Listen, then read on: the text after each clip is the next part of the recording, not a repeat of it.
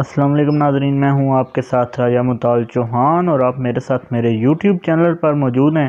ناظرین، کل حلف برداری کی تقریب منعقد ہوئی ایوان صدر میں، اور جو تمام کابینہ ہے 34 رکنی، اس کا حلف لیا گیا، اور ہم نے دیکھا۔ اب بات کرتے ہیں کہ کس کو کون سی وزارت سونپی گئی، وزیر مملکت کون بنا اور وفاقی وزیر کون بنا اور کس کو کیا وزارت ملی۔ سب سے پہلے بات کرتے ہیں کہ عارف علوی صاحب نے حلف برداری کی تقریب نہیں کی، بلکہ حلف نہیں لیا، بلکہ صادق سنجرانی صاحب نے، جو کہ اسپیکر سینٹ ہیں، انہوں نے حلف لیا کابینہ کا۔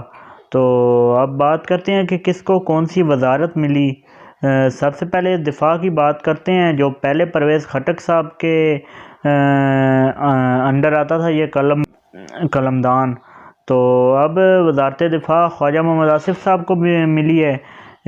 اس کے ساتھ ہی جو داخلہ ہے وہ رانا ثناءاللہ صاحب کو ملی ہے، وزارت داخلہ جو پہلے شیخ رشید صاحب کے پاس تھی۔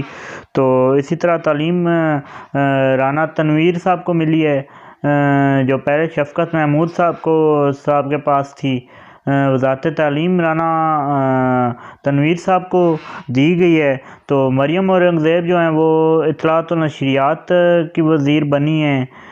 اس کے ساتھ ساتھ جو وزارت خزانہ ہے وہ مفتاح اسماعیل صاحب کو دی گئی ہے، اور ریلوے کی وزارت دوبارہ سے سعد رفیق صاحب کے حوالے کر دی گئی ہے۔ باقی بھی وزارتیں ایک ایک کر کے سب کو ڈسکس کرتے ہیں کہ کون سی وزارت کس کو ملی ہے۔ تو جو آبی ذخائر کی وزارت ہے وہ خورشید شاہ صاحب کے حوالے کیا گیا قلمدان۔ اس کے علاوہ جو وزارت تجارت ہے وہ نوید قمر صاحب کو دی گئی ہے۔ اس کے علاوہ جو ماحولیاتی تبدیلی کی وزارت ہے وہ شری رحمان صاحبہ کو دی گئی وزارت۔ اس کے ساتھ جو وزارت نیشنل ہیلتھ ہے وہ عبدالقادر پٹیل صاحب کو دی گئی ہے۔ اور اس کے ساتھ جو پاورٹی ایلیویشن ہے وہ شادیہ مری صاحب کو دی گئی ہے۔ اس کے علاوہ صنعتی جو انڈسٹریل ہے وہ مخدوم شاہ مرتضیٰ محمود صاحب کو دی گئی ہے۔ اس کے علاوہ اوورسیز کی جو وزارت ہے ساجد حسین چوری صاحب کو دی گئی ہے۔ ہیومن رائٹس کی وزارت احسن الرحمان صاحب کو دی گئی ہے۔ اور جو پرائیویٹائزیشن کی جو وزارت ہے یہ تو ایک لوازمہ ہے، بہت پرائیویٹائزیشن کی گئی پچھلے دور میں بھی۔ تو جو پرائیویٹائزیشن کی جو وزارت سونپی گئی ہے وہ عابد حسین بھائیوں کو دی گئی ہے۔ اس کے علاوہ جو مواصلات کی وزارت ہے وہ اسد محمود صاحب کو دی گئی ہے۔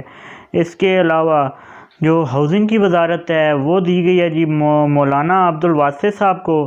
جو مذہبی امور کی وزارت ہے وہ مفتی عبدالشکور کو دی گئی ہے۔ جو سیفون کی وزارت ہے جو پہلے محسن داور لوگ، جو آپ سب کو پتہ ہے کہ کس طرح کا بندہ ہے، وہ مانگ رہا تھا لیکن اسے کیسے دے دیتے، عوام کو منہ بھی دکھانا تھا، تو اسے نہیں دی گئی، بلکہ یہ طلعت محمود صاحب کو دی گئی ہے، جو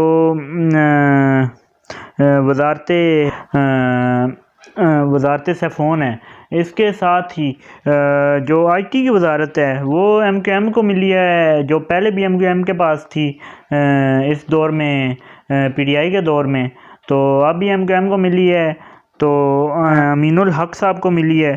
اس کے ساتھ ہی میریٹل ہے، یہ ایم کیو ایم بڑے ٹائم سے مانگ رہی تھی، یہ ملی ہے جی فیصل سبزواری صاحب کو۔